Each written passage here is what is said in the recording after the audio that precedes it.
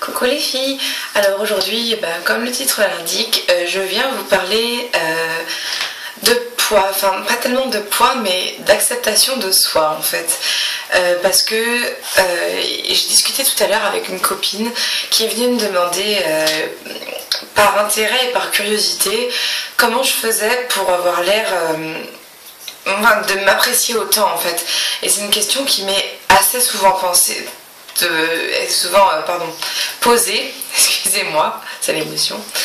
Et voilà, je me suis dit que plutôt que d'y répondre dans ma fac, parce que ça m'a aussi été demandé dans la fac, j'allais vous faire carrément toute une vidéo dessus, parce que je pense que c'est tellement, mais tellement important dans la vie que ça méritait vraiment une vidéo.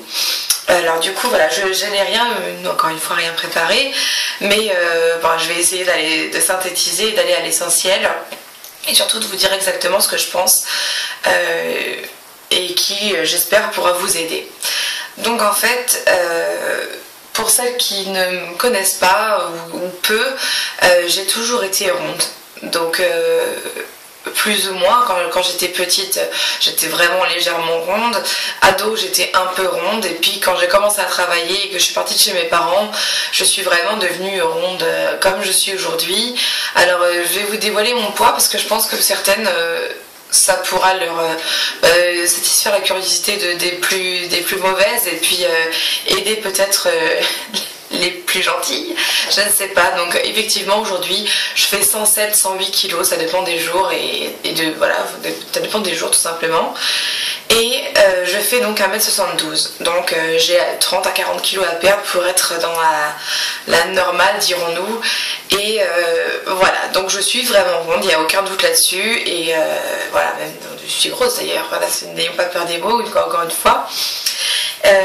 Voilà, donc quand j'étais plus petite, quand j'étais petite et ado, je me détestais, ça passait pas du tout évidemment parce qu'on ne faisait que de me rappeler à la maison et un peu partout que j'étais grosse, que c'était pas comme ça qu'il fallait être en fait tout simplement. Et forcément on le vit pas bien hein, quand on a des soucis. Enfin, quand on est dans la période où on a un peu des soucis identitaires, donc notamment à l'adolescence, forcément, dès qu'on nous balance nos défauts en pleine figure, ça fait mal et on a du mal à outrepasser en fait. Et puis, je sais pas comment ça m'est venu. Est-ce que c'est parce que j'ai trouvé l'homme de ma vie et qu'il a voulu m'épouser, que chaque jour il me trouve belle comme je suis? Je sais pas si c'est ça ou si c'est simplement moi qui me suis... qui ai fait un travail sur moi-même, j'en sais rien. En tout cas, toujours est-il qu'aujourd'hui, je me sens très bien, telle que je suis, il n'y a aucun doute là-dessus maintenant. Je suis heureuse, même si je suis grosse. Voilà, je vis comme n'importe quelle femme, qu'elle soit grosse ou mince. Oui, effectivement, je cours sûrement moins longtemps qu'une fille qui fait du sport depuis longtemps, mais ça c'est pas parce que je suis grosse, c'est juste parce que je fais pas de sport. Ensuite, je trouve des fringues à ma taille et de plus en plus. Alors voilà, tant mieux pour moi. Après il y en a qui vont dire que c'est un tort parce que au moins si je trouvais pas de fringues, je penserais peut-être à maigrir, mais bon, je veux dire, c'est mon corps. Si je grossis, il n'y a que moi qui grossis, il n'y a pas les gens que ça fait chier qui grossissent. Enfin, ça m'énerve ce genre de raisonnement pourri parce que c'est... il n'y a que moi que ça concerne personne d'autre.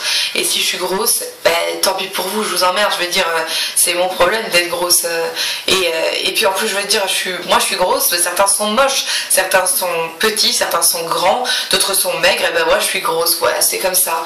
Et si ça doit empêcher quelqu'un de vivre, c'est certainement pas les autres, c'est plutôt moi. Et tant mieux pour moi, c'est pas ce que ça a fait. Donc oui, effectivement, je vais pas vous mentir, il y a bien des jours où je me déteste, où j'aimerais bien, notamment, imaginons quand je suis assise ou allongée sur le côté, et voilà, j'ai un énorme ventre qui prend beaucoup de place, on dirait que je suis enceinte, et ça fait pas beau en maillot de bain, et voilà, c'est comme ça, tant pis, hein. Il y en a qui ont pas une belle bouche, pas de belles dents, pas un beau nez, des yeux qui regardent d'un côté et de l'autre, j'en sais rien, enfin bref. On a tous nos défauts. Moi le mien c'est d'être grosse. Et c'est comme ça. Voilà, si ça doit poser un problème, encore une fois, c'est à moi que ça le pose. Et je trouve ça dommage que certaines personnes se mettent à votre place, vous conseillent de maigrir, vous donnent tous les petits trucs pour maigrir qui existent dans le monde, vous donnent le conseil de leur cousin qui a réussi à perdre 30 kilos, ou vous donnent l'adresse de leur chirurgien pour que vous fassiez opérer l'estomac parce que vous êtes trop grosse et que ça se fait pas de vivre dans un monde où vous êtes trop grosse pour le monde.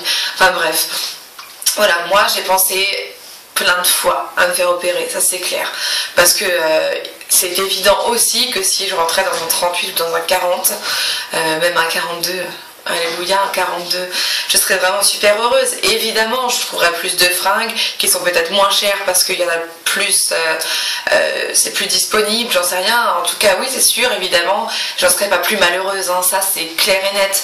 Mais voilà, aujourd'hui, je fais un 48, 46, 48, et voilà, voilà, c'est ça que je fais. Je veux dire, qu'est-ce que vous voulez que je vous dise d'autre? D'ailleurs, c'est pas vous qui m'avez demandé cette vidéo, donc vous voulez rien que je vous dise. Là, je parle plutôt à ceux qui seraient en train de se dire elle est grosse et elle fait l'apologie de la grosse. Ben non, pas du tout. Enfin, je veux dire, après, laissez-moi être heureuse telle que je suis.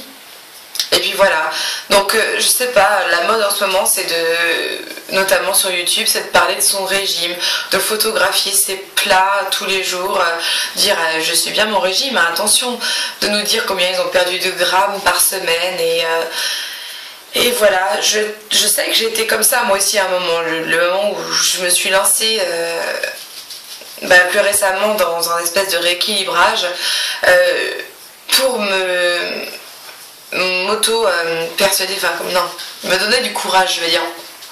Je photographiais moi aussi mes plats, je les mettais sur Instagram, j'avais créé un Instagram avec une amie aussi pour mettre nos plats toute la journée, enfin tout au long de la journée et de la semaine pour voir qu'on contenait bien le bon goût.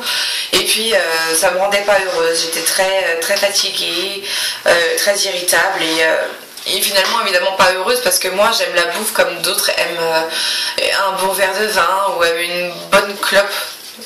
Une bonne clope. Enfin bref, voilà, moi j'aime la bouffe, j'aime manger et je déteste manger ce que j'aime pas. Et c'est surtout ça. Mais forcément dans la vie il faut se faire un peu violence. Alors voilà, je fais des efforts, hein. Je mange plus de légumes qu'avant, moins de féculents, j'essaie d'aller moins au resto, même si le resto fait pas forcément grossir d'ailleurs. Mais voilà, j'essaye de faire des petits efforts pour essayer de perdre du poids, pour juste enlever les excédents de rondeur que j'ai sur moi et que j'aime pas forcément, mais je veux dire j'en ai pas fait le but de ma vie du tout et voilà, je trouve ça dommage les gens qui n'ont plus que ça dans leur vie, ou en tout cas effectivement l'image qu'ils veulent donner de leur vie, parce qu'évidemment le fait de manger plus équilibré, de faire un régime et faire du sport, ça change pas notre vie, enfin c'est pas l'objet de notre vie, mais bon, disons qu'il y en a qui se sont mis à parler uniquement de ça maintenant, que ce soit sur leur chaîne, leur blog ou Instagram ou même Facebook, et je trouve ça dommage parce que c'est finalement ça veut dire que si c'est des gens qui ont de l'emprise, du pouvoir sur d'autres personnes, et bien ces autres personnes vont se dire que c'est comme ça qu'il faut faire, vont copier, alors qu'un régime c'est strictement personnel et adapté à chaque personne. Et voilà, je trouve ça dommage parce que les gens qui sont pas forcément bien dans leur peau, au lieu de se dire et c'est ce qui viendra après, je vous expliquerai comment moi je perçois la question.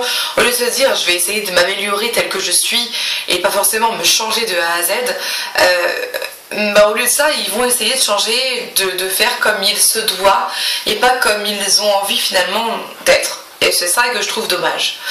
Voilà, donc moi je vais vous dire pour conclure ce que je fais moi pour